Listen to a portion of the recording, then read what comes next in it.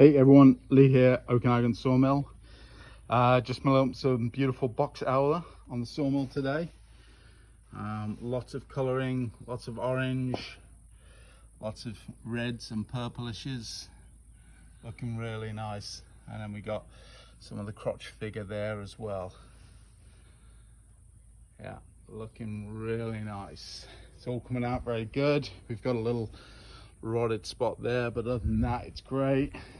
Slabs are piling up nicely, coming out perfectly flat, very nice. Very happy with how it's shaping up. We've got about 4 more slabs to do, and that'll be this little log done. All right, thanks for watching, and we'll catch you on the next one.